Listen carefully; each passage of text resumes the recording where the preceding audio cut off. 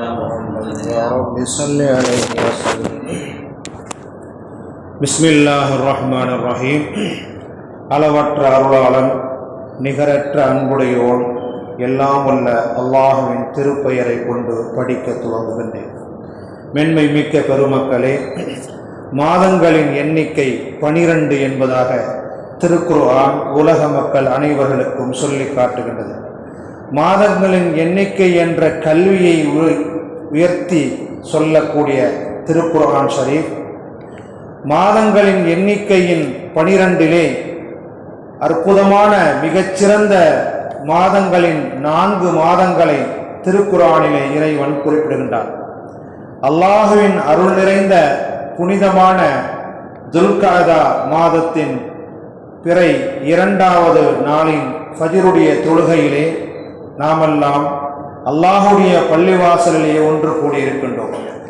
பாக்கியம் நிறைந்த இந்த மாதத்தின் ஃபஜ்ருடைய நாளை தொழாமல் பாக்கியமற்றவர்களாக இருக்கக்கூடியவர்கள் உண்மையிலேயே கைசேதம் அடைந்தவர்கள்.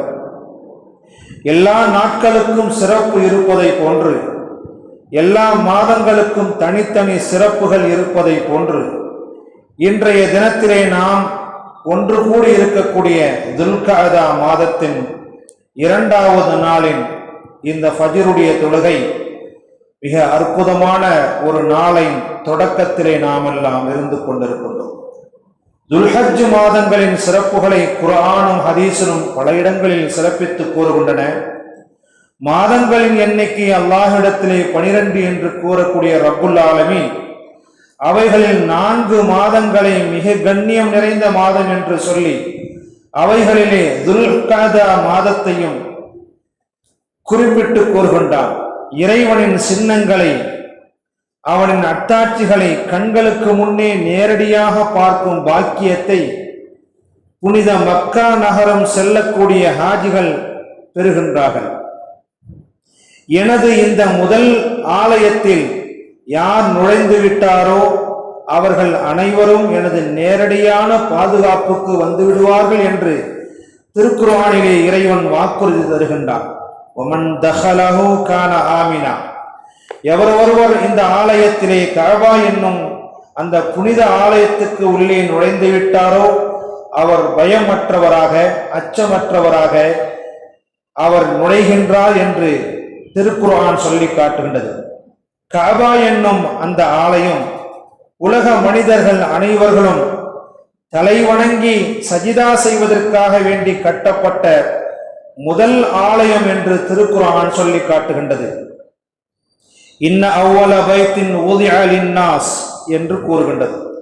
பரக்கத்து நிறைந்த பக்கா என்னும் மக்கா என்று 2 பெயர்கள் கஅபா ஆலயத்துக்கு உண்டு என்றும் திருக்குர்ஆன் சொல்லி காட்டுகின்றது. லல்லதி பி பக்கத முபாரக்கன், பரக்கத்து நிறைந்த பக்கா என்றும் மக்கா என்ற நகரத்துக்கு பெயர் கூறுகின்றது திருக்குர்ஆன். மேலும் அந்த கஅபா என்னும் ஆலயத்துக்கு உள்ளேதான் மகாம இப்ராஹிம் என்னும் இறைவனின் நினைவு சின்னம் இருக்கின்றன. அந்த கஅபாவின் உள்ளேதான் சஃபா மருவா என்னும் இறைவனின் சின்னங்கள் இருக்கின்றன. அந்த கஅபாவின் உள்ளேதான் ஹஜ்ருல் அஸ்வத் என்னும் சொர்க்கத்திலிருந்து கொண்டு வரப்பட்ட கல்லின் மகிமை இருக்கின்றன. மனித நடமாட்டங்கள், மனிதர்கள் யாரும் வாழ தகுதியில்லாத வெறிச்சோடி பாலைவனங்களாய் காணப்படும் இந்த இடத்திற்கு மக்கள் எப்படி வருவார்கள் என்று நபி இப்ராஹிம் அலைஹிஸ்ஸலாத்து வஸ்ஸலாம் அவர்கள் இறைவனிடம் கேட்க அல்லாஹ் கூறினான், வஅஸ்தின் ஃபின்னாஸி பில் ஹஜ், ஹஜ்ஜை கொண்டு ஹஜ்ஜுக்கு வாருங்கள் என்று மக்களுக்கு நீங்கள் அழைப்பு கொடுங்கள். காடு மேடுகளை, முடுக்குகள், கிராமங்கள், நகரங்கள் என்று மனிதர்கள் எங்கெல்லாம் வாழுகின்றார்களோ அவர்கள் எல்லோரும் புனித மக்கா நகரம் வந்து உலக மக்களின் முதல் ஆலயமான அல்லாஹுவின் வீட்டை கஅபத்துல்லாவுக்கு ஹஜ்ஜி செய்வதற்கு வருவார்கள் என்று அல்லாஹ் கூறினார். இன்று வரை குர்ஆனில் கூறக்கூடிய அல்லாஹுவின் அழைப்பு தொடர்ந்து கொண்டே இருக்கின்றன. ஹாஜிகள் தங்கள் கேட்கும் துஆவும் ஏற்றுக்கொள்ளப்படுகின்றன. ஹாஜிகள் யாருக்காக வேண்டி துஆ செய்கின்றார்களோ அவர்களின் துஆவையும் ஏற்றுக்கொள்வான் என்று நபிகள் ஸல்லல்லாஹு அலைஹி வஸல்லம் கூறினார்கள். இப்ராஹிம் அலைஹிஸ்ஸலாத்து வஸ்ஸலாம் அவர்கள் அல்லாஹ்விடத்திலே மனித சஞ்சாரமற்ற இந்த பாலைவனத்திலே அழைப்பு கொடுத்தால் யாரெல்லாம் வருவார்கள், எப்படி வருவார்கள், இந்த செய்தி எப்படி மக்களுக்கு கொண்டு போய் சேர்க்க முடியும் என்று இறைவனிடத்திலே கேள்வி கேட்டார்கள். ஆனால் அல்லாஹு தஆலா தன் ஹபீபான நேசருக்கு இப்ராஹிம் அலைஹிஸ்ஸலாத்து வஸ்ஸலாம் அவர்களுக்கு செய்தியை சொன்னான். இப்ராஹிமே, நீங்கள் ஹஜ்ஜுக்கு வாருங்கள் என்று மக்களுக்கு அழைப்பு கொடுங்கள், அவர்களை அழைத்து வரக்கூடிய பொறுப்பை நான் ஏற்றுக்கொள்கிறேன் என்று சொன்னதின் விளைவு இன்று வரை லட்சக்கணக்கான மக்கள் புனித காபா ஆலயத்தை தரிசனம் செய்வதற்காக வேண்டி இஸ்லாத்தின் 50 கடமைகளில் ஒன்றான ஹஜ்ஜை நிறைவேற்றுவதற்காக வேண்டி உலகத்தின் பல பாகங்களில் இருந்தும் பல்வேறு இடங்களில் இருந்தும் புனித காபாவை ஹஜ் செய்வதற்காக வேண்டி ஹாஜிகள் வரக்கூடிய மாதத்தின் தொடக்கம்தான் துல்காதா மாதம்.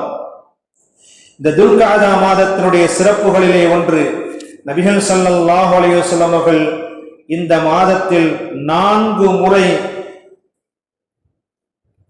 உம்ரா செய்திருக்கின்றார்கள் என்ற செய்தியை நாம் காண முடிகின்றது. ஹஜ்ஜுடைய வணக்க வழிபாடுகள் குறித்து நபி ஸல்லல்லாஹு அலைஹி வஸல்லம் அவர்கள் கூறினார்கள். எங்களுக்கு நபி அவர்கள் பின்வருமாறு பிரசங்கம் செய்தார்கள்: மக்களே, நிச்சயமாக உங்கள் மீது ஹஜ் கடமையாக ஆக்கப்பட்டுள்ளது, எனவே ஹஜ் செய்யுங்கள் என்று நபி ஸல்லல்லாஹு அலைஹி வஸல்லம் அவர்கள் சொன்னபோது, அல்லாஹ்வின் தூதரே, ஒவ்வொரு வருடமும் ஹஜ் செய்ய வேண்டுமா என்று அக்ரா இப்னு ஹாபிஸ் என்ற நபி தோழர் கேட்க, அதற்கு நபி ஸல்லல்லாஹு அலைஹி வஸல்லம் அவர்கள் பதில் சொல்லாமல் அமைதியாக இருந்து விட்டார்கள்.